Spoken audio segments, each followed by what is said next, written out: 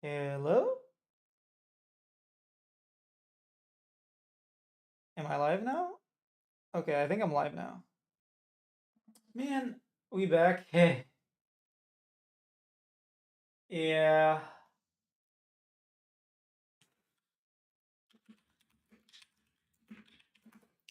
The Wi-Fi died. It sucks. Hello, Chet Buxton. I don't even remember what I was saying. I guess I'll just start. Yeah, I don't normally talk about LCK very much, but every now and then I'll talk about LCK or LPL or I don't really watch any LEC. I watched G2 versus Fnatic. That was something, right?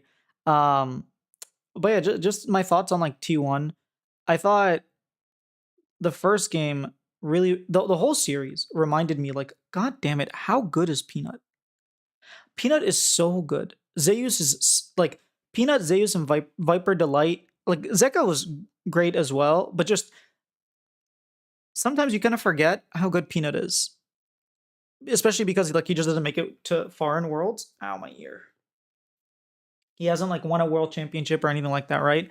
He's been stopped time and time again. But like back on that Rocks Tigers roster in 2016 when he made it to the semifinals and got reverse swept by T1, like he was like popping off back then. 2017 when he made it to Worlds final, like this guy is really freaking good. He's been good for so long, and it's such a treat. Stop falling. I should probably stop touching it if I wanted to stop falling, right? It's just such a treat to watch this guy. It's such a treat to watch him. Um, Wait, is stream dying again?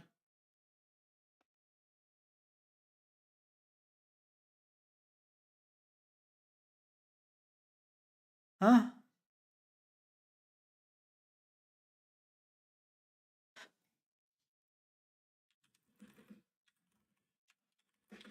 What is going on? I'm so confused.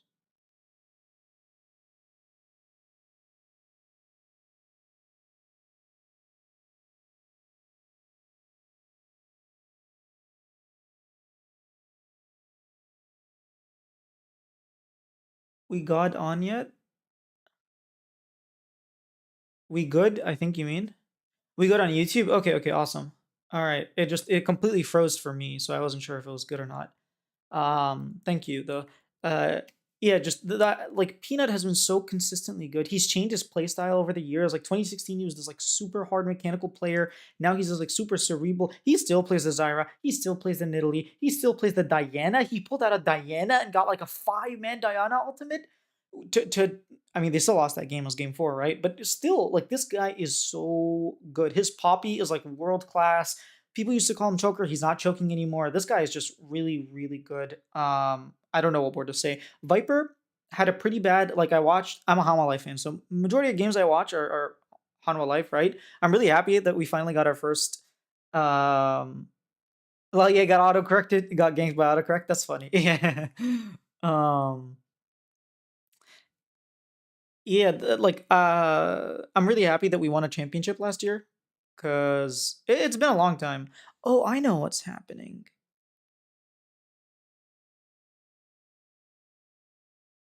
Oh, I don't know what's happening. Oh well.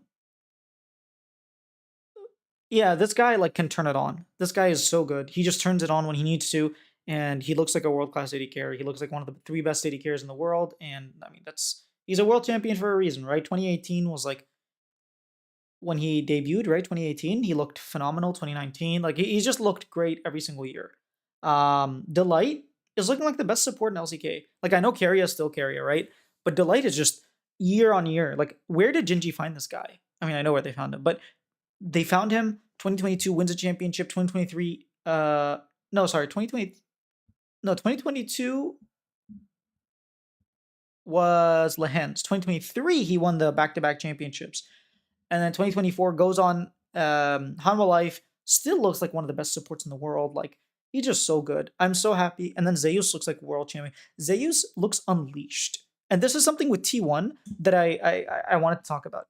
Look, I'm a Doran fan, right? I very much enjoy watching Doran play. I think last last Worlds when I did the interview with him, and he was like talking about how crushed he feels, that he feels like he let his team down against BLG.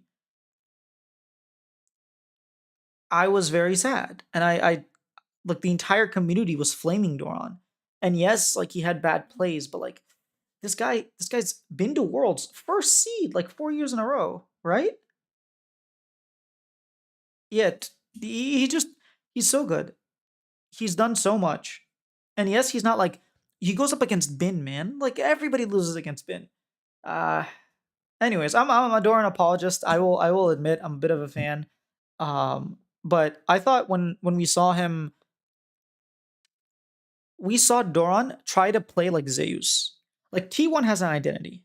They have a way that they want to play, and they want Doran to like mold into and fit that play style rather than them playing to Doran's strengths or his weaknesses, you know? They're just trying to get him to play the T1 style because when they play T1 style, they win world championships. They understand this very, very well. And I think we can clearly see it because Zeus feels very unleashed on Hanwha Life. Like he gets to play the League of Legends that he wants to play. Whereas Doran is like playing the League of Legends that T1 need him to play. And I think he's been good. Like I don't think he's been like phenomenal. I don't think he's been like Zeus or Keen, but he's clearly the third best top laner, right? Maybe fourth. I don't know. DK are doing stuff, but like he played the Mbessa fine. His Jax game was like actually quite good. Like um didn't he play a Akali game? Like that Akali game was impossible. You playing Akali into Talia. Like we've seen JoJo lose those games, you know, when he's playing Akali into Talia. It wasn't just that. It was like Akali.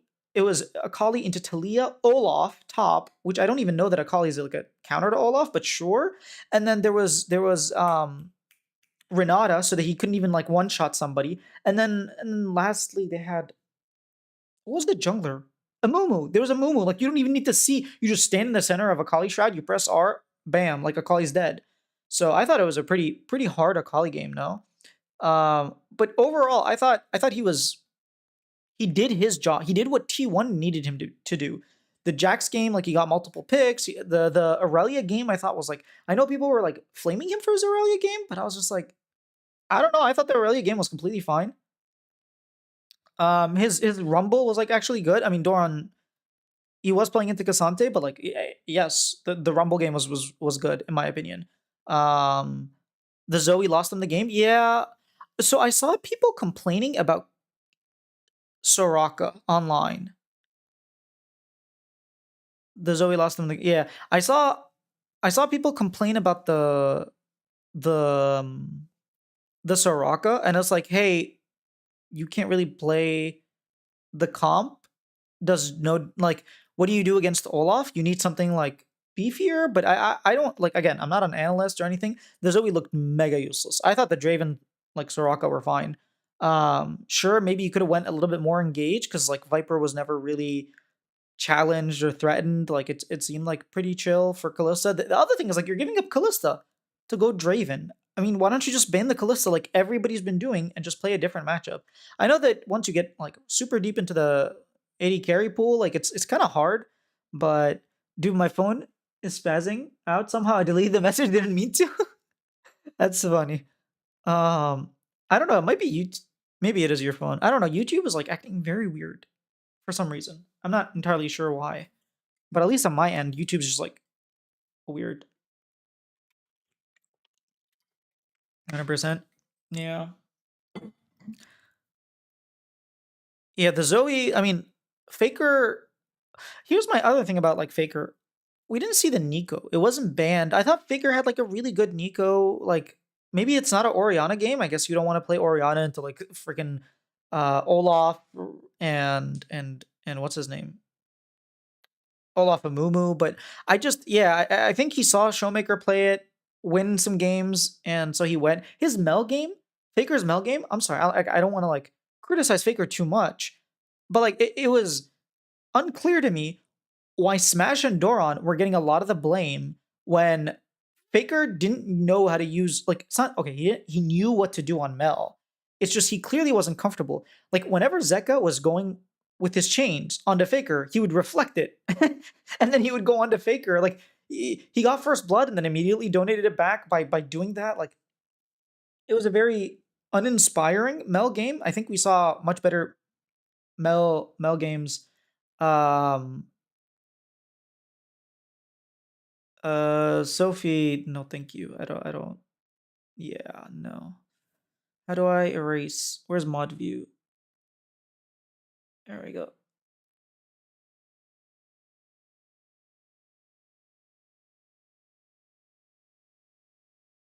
Why can't I do mod things in mod view?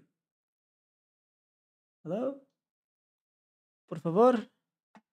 I really dislike. Okay. I'll just. Whatever. The bot can live there. It exist. It's just a bot. I literally have one viewer on Twitch, so I don't think they're mad by the bot or anything.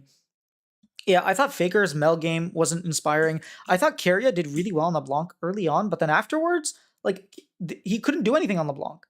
I respect the Blanc support. I think it's supposed to act like a pseudo Elise support. It's like the same idea, but I'm looking at the comp here, and it was into I mean there were a lot of squishies. There weren't really like hyper tanks or anything. So yeah, I thought again, I did not think Smash played so poorly that like bring Guma back. Oh my god, Smash is not ready for like these best of fives. Like sure, maybe he's not ready, but like that's how he gets experience, right? He played a really good Jin game. I thought he played like a good Caitlyn game. I thought that dude that game 4 where Peanut had Diana. Dude, this guy's playing Diana. This guy has an infinite champ pool. Do you think the whole reason for subbing in Smash was to hyper carry? Yeah, he played Guma champs like Jin Draven. I don't know. I Guma Yushi had one bad series and then got benched. I don't know if that's something internal that happened where like they Guma like stood up to Faker and Faker was like, "What the hell are you doing? You do not get to talk back to me like that." Or maybe he talked back to the coaches. I don't know what happened. Maybe it really is like, "Hey, we don't think we're going to win LCK Cup, so let's put in Smash to like light a fire under Guma because Guma has this tendency to like look not that great and then go to the World Championship but look like the best AD carry in the world." I thought this Worlds, he was the best AD carry. Like Elk really had a bad like playing, not playing, but like Swiss stage. He did not look like Elk from LPL. Light was it Hope? Hope played pretty well. Like there were some good AD carries. Don't get me wrong, but I just thought Guma like outperformed everybody by the end. So maybe it was that. I really don't know if it is like, oh, we want to play hyper carries. Then my question is, why are you forcing Doran to play like Zeus-esque playstyle? Because Doran would rather play Gragas. Dora would rather play like the Ornn, the Cassante, but he's out here playing the Rumble, the Jax, the Aurelia, the what was that champion, the Akali. It feels that he's filling in a gap for Zeus, whereas Smash is like given the opportunity to play, but then I guess maybe eventually they were like, okay, Smash, now you have to play just like Guma did, because this is T1 League of Legends, and that's the only way we know how to win. I don't know. It was a fun series to watch. I think game 5 wasn't that much fun. It was like super slow, and you kind of could. The writing was on the wall. It's like, what is even the caster was like, who's gonna take care of the Olaf? Like Zeus isn't gonna, not Zeus, sorry. Zoe can't bubble him. Soraka can't silence him. Draven can't push him aside. Can they out heal an Olaf? If the question is yes, they will win the game. If the question is no, they will lose the game. The answer was no, they lost the game. So it was it was a series for sure. In terms of like, would if I was part of T1, would I bring back Zeus or not? What am I talking about, Zeus? Obviously, if I was in T1, I would bring back Zeus, but that's not the choice that they made. If I was in T1, would I bring back Guma? I think so. Not because Smash played poorly, but come Worlds, like that's what they did with Teddy as well when they had Teddy. They had Teddy, they had Guma, they played some games with Guma, then went back to Teddy when they really needed him. And I think that's what's going to end up happening. That's what I would do. One, because you get to keep Guma. You don't want Guma Yushi to like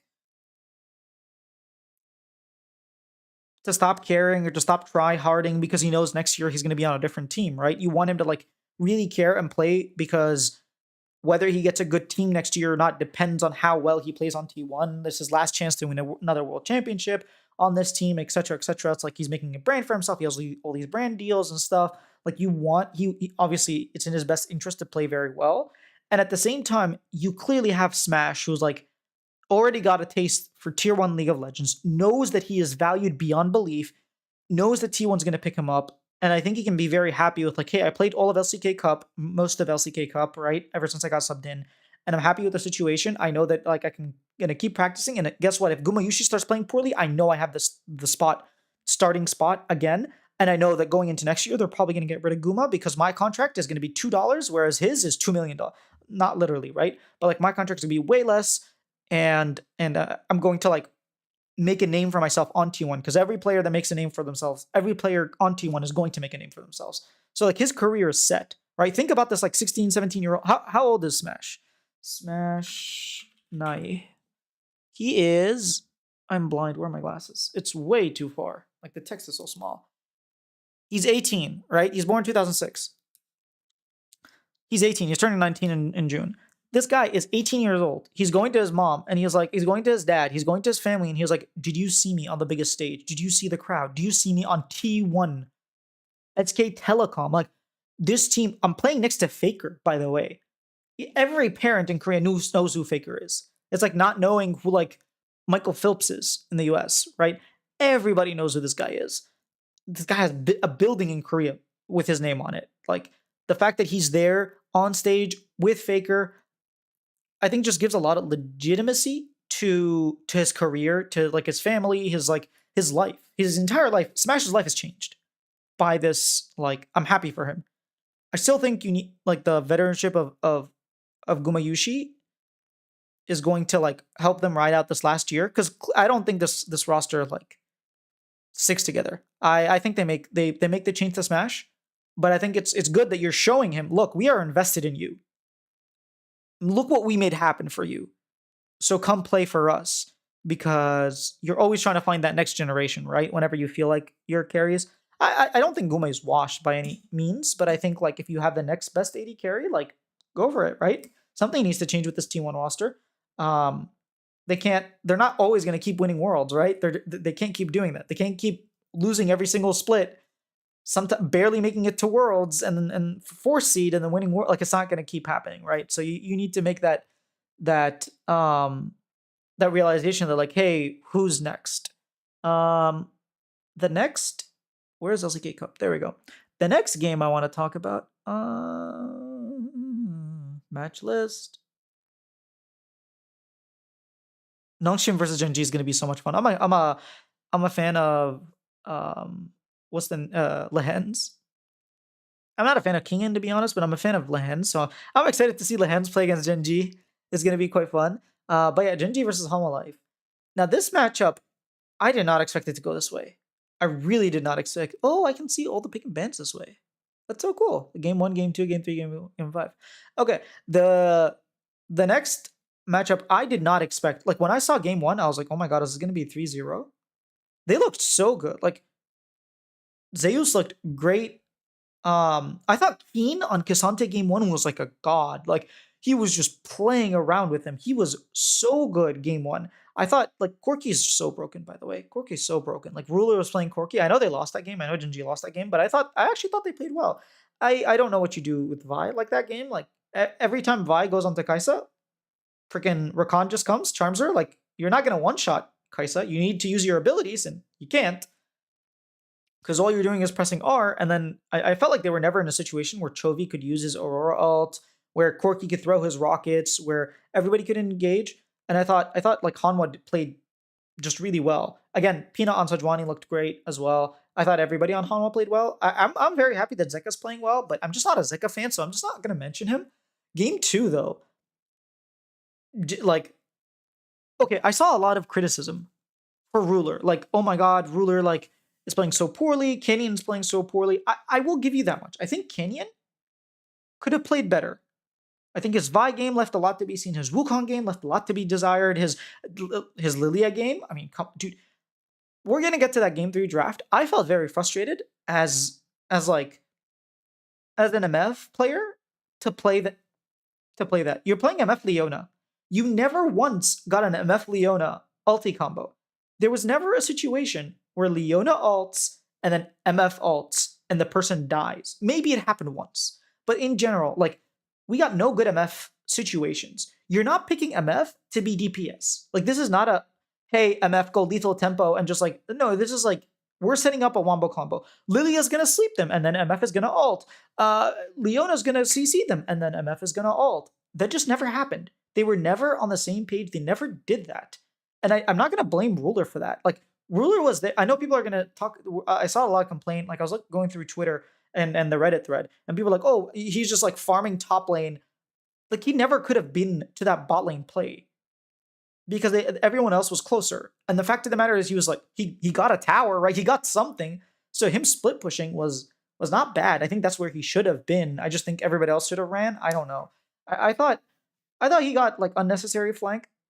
Like think about when he had when he had the Ornn and Rel and he was playing Varus. He was on fire with Varus. Like he solo killed the Viper. He played really really well with the lead that with the champion with on hit Varus. That is what he spent. That's what we know Ruler for. That's literally in 2018, 2017 when they won Worlds, when Genji won Worlds or Samsung Galaxy at the time won Worlds, and Ruler was like the AD carry that won Worlds, right? Best AD carry, Ruler Core JJ. Juve, their top laner, literally says like Ruler was like micromanaging me in team fights. She's like step up, come back, step up, use your CC. Like he was like that level of like this guy is a 5v5 team fighting AD carry who will carry in team fights and is like a really good laner, right? You don't put him in positions where like that's not what you're doing, right? Don't pick freaking what was game five's picks? Wasn't it Kennen top? Don't pick Kennen Viego. You literally had 0 tanks. Kennen Viego and Pantheon. Pantheon didn't even get Heartsteel. He didn't even go he went full like Cleaver into Sojin, right? Like sure, a little bit of bruiserness, but like they didn't pick anything, any frontline for him on Twitch. He's playing Twitch. What is Twitch supposed to do when you have an Ari constantly ulting him? When you have Zeri, you can just jump on his face. When there's an Aatrox and no one to peel, like why'd you pick Twitch, a team fighting AD carry who's really good at like spraying and praying, finding his position? If you weren't gonna play that game, just why didn't you pick like a Gragas top, or why didn't you pick something? Ruler did what he could that game. He was 0-0 at 25 minutes because his team couldn't stop throwing. Yeah, I felt that's how I felt, and I was actually very surprised to see people like flaming Ruler. Kenyon seemed clocked out, played like 50% of his norm. Yes, I thought Kenyon criticism was fair. I thought people were criticizing Duro. I thought he played fine. I don't think he played like insane. He's not Delight. He's not Lehens. That Twitch pick, annoying to see. Yeah, I don't have a problem with Twitch. Like there were no AD carries at that point, right? I don't have a problem with Twitch. But don't play Twitch with no frontline. That part I really don't understand. Why are you playing Twitch without just pick a Cho'Gath top, pick something? Maybe they're like, oh, we can't play tanks into Aatrox, but like historically, we've always played tanks into Aatrox. Play the Scion into Aatrox. It's like a historically known matchup. I'm sure King can play it. Give some level of tankiness. Like, was Alistar out? Wait, let me check. Yeah, Alistar, they played game 1. There was no Alistar. Was there a Nautilus? Was there a Nautilus ban or a Nautilus pick?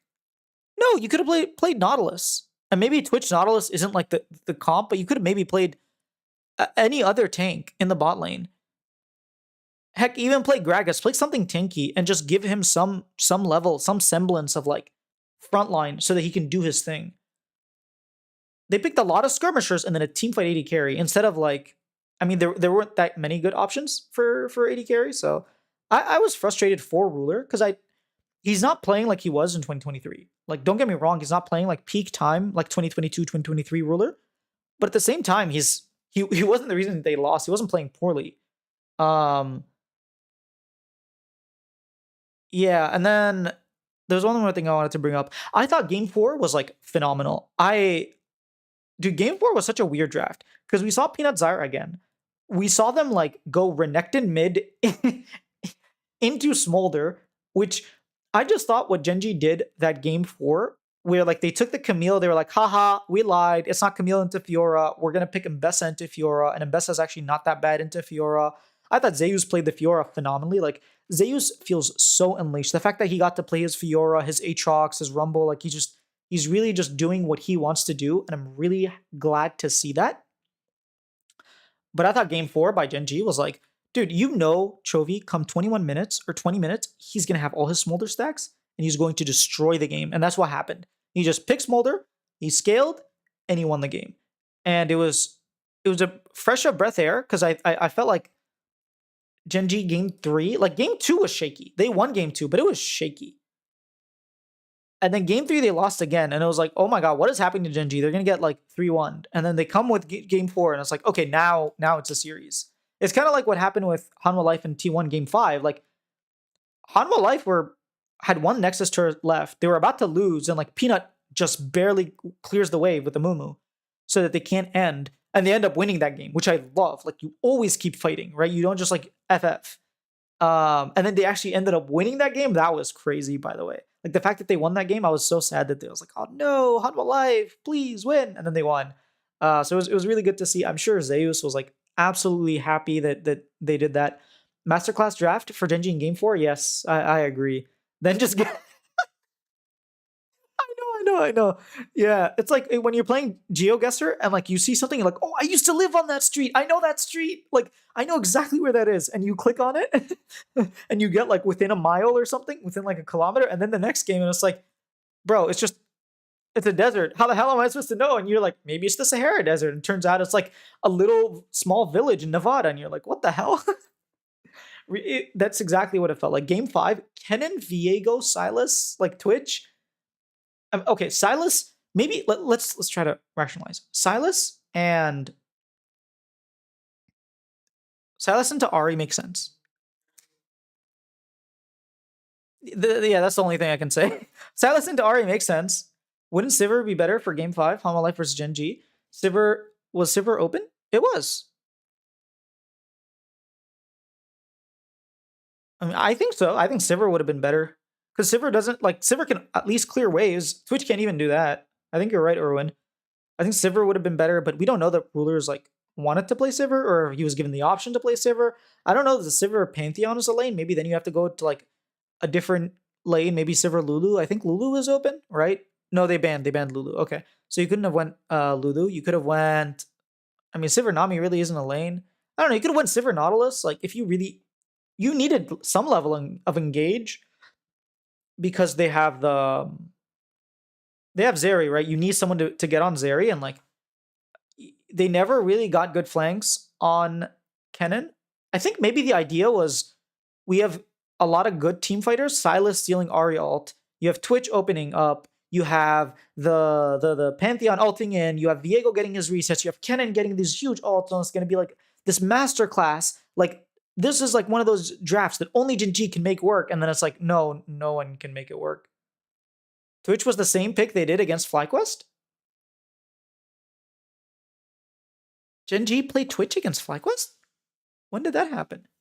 Gen G versus FlyQuest. I don't remember them picking. Wait. Games of Legend. I thought they picked Twitch against Hanwha Life at Worlds. I don't remember them picking Game 5 in Worlds, really?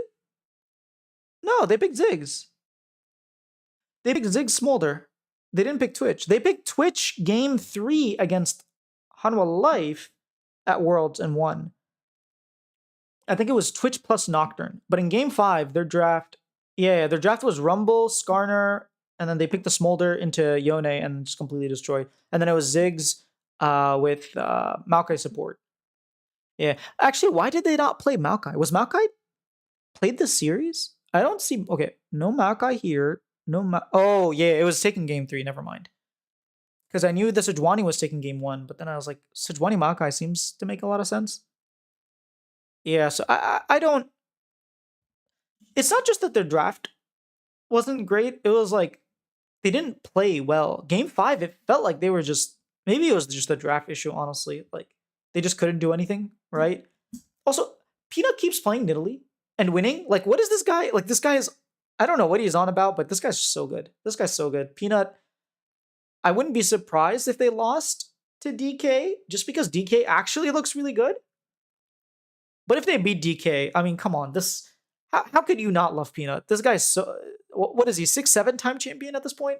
He's just too good. He's just too good. He plays it all. He plays the Xin Zhao. He plays the freaking Sidwani. He plays the Zyra. He plays freaking Diana. He plays Nidalee. Like he does it all. Maybe he doesn't play like Kenyon's Karthus. Kenyon likes to play Karthus, but he plays everything else. So yeah, overall, I thought it was a wake up call to Genji of like, hey, you guys were the best team in the world at doing this very specific thing, and then when you try to not do it with Kennen Viego, like Kennen Viego Twitch, you need to figure something out. Um, but what it does say to me about like T1, not T1, about Hanwha Life is like this team is legit. Every single one of these players can show up. Peanut played really well. We saw Viper looking like regular Viper and not like a weak version of Viper. Every single player is playing well. Delight still looks like the best support in the world right now. Like he looks so good, at least in LCK, right? I think Keria had some really good games, but just Delight looks to me to be the best. And Zeus just looks unleashed. So I think this is the team to beat. I know technically they're not the favorites against DK. I wouldn't put them as favorites because I think DK is also playing really, really well. But I mean, I'm a Hanwha Life fan, so I'm going to say it. Like, I think Hanwha Life will give us another 5 game series. They're going to take DK down, and it's going to be really cool. Now, Genji versus Nongshim is going to be fun, just because Nongshim is going to make it scrappy. And I think it's the opportunity for Genji to say, hey, we're going to play the comps that we're comfortable with. We're going to play the way that we know, and we're just going to win. And if they don't do that and they start like doing this weird compositions with no tanks and like just leaving Ruler out to dry and like Chovy basically trying to carry the team again, like I don't know. I thought he had a good game on Silent. I thought he played well. I thought he played well on the Mel. Like I know they won that game, but I thought no, they lost. They lost the Mel game. I thought he played well on like the I call him Chovy, but he played well on the Smolder. Like his Jace game was good. His Aurora game was good. Like he's Chovy. But sometimes you need teammates to play. So overall, I thought I really enjoyed the series. I was a little nervous against T1, especially that game 5. Like I felt like we were gonna lose towards the like the right before like when they aced us. It was scary, but I wasn't necessarily worried against Genji. Like even game 4, I thought we were gonna win. I thought the Fiora was just gonna win the game, but we kept dying. We kept dying. Fiora was split pushing, but we just kept dying. And then game 5 just felt kind of wrapped from draft. So I'm happy. I don't talk much about LCK, obviously, on this stream because I am a primarily North American League of Legends fan. But every now and then I'll probably talk about either LCK or LPL because there's some fun games going on, especially if they're fun game series. There's it's a lot of fun. But yeah, thanks everyone for hanging out. Just wanted to talk about the games and just get my thoughts out. Oh, let me do predictions real quick. Predictions for D plus versus Hanwha. I already said I think Hanwha's gonna win 3-2. And then predictions for Nongshim versus Genji. I think it'll be 3-1 Genji. Give it 3-2. Just make it fun. Give us 5 game series from now on. I mean, surely they win at least a game, right? Nongshim? I mean, Nongshim won a game against D plus. Like they can definitely win 2 games versus Genji. LCK has been incredible with Fearless series, all going 5 games. Yeah, T1 downfall, hooray! Zeus on top. I mean, I'm not wishing for T1's downfall, but I am wishing for Zeus to be on top because he's on Hanwha Life. So I'm there with you, Mix. Yeah, we had a lot of 5 game series, which was a lot of fun. LPL has been best of 5 the entire time, so watching LPL has been a lot of fun. I wish everybody was doing best of 5s instead of best of 3s or best of 1s like LEC. I wish these semifinals are best of 5s in LTA. Like, there's so much to be desired. I think it's so cool going into game 5. Like, we saw what Gen G did game 4 with their draft. Like, the fact that you can go and pick these champions. We saw the Fiora. We saw these like all these cool champions that come out once all of these bans are out. And I would like to see it, even if the game quality drops a little bit. I'd like to see stuff like that happen in LTA, but we're gonna have one best of 5, and it's not guaranteed to go all 5 games. It could be just 3-0. So DK is going to cook something up for HLE. Yeah, that is kind of scary. I feel like DK just they can play anything. Like you don't know what DK is gonna play. It's so scary. You don't know what they're gonna do. Are they gonna play the freaking Zillion again? Are they gonna play LeBlanc mid? Right? Are they gonna play Pantheon? Are they gonna play Zoe? Like, what are they gonna play? Really not cool to see people go with best of 3 and no double elim? Yeah, exactly. If it's not double elim, just do best of 5. You can do single elim and do best of 5, but you're doing single elim and best of 3. It's like the worst both worlds. The best of 3 is LTA are so sad. I know it's quite sad. But yeah, I think DK, like, dude, he played freaking Zillion. Showmaker's the goat of Fearless. Lucid has been shining. Yeah, Lucid has been looking so good actually. I think everybody like is just playing well. Even Shiwu, like he's playing good. He's playing pretty well too. And obviously aiming is playing well. Barrel is still Barrel, but like at least he's like giving this team some macro and giving them some. Dude, Showmaker looks so unleashed. It's so much fun watching him play. Just like however he wants, like with full impunity, whatever the word is. He's just playing however he wants. So it's fun to watch. Um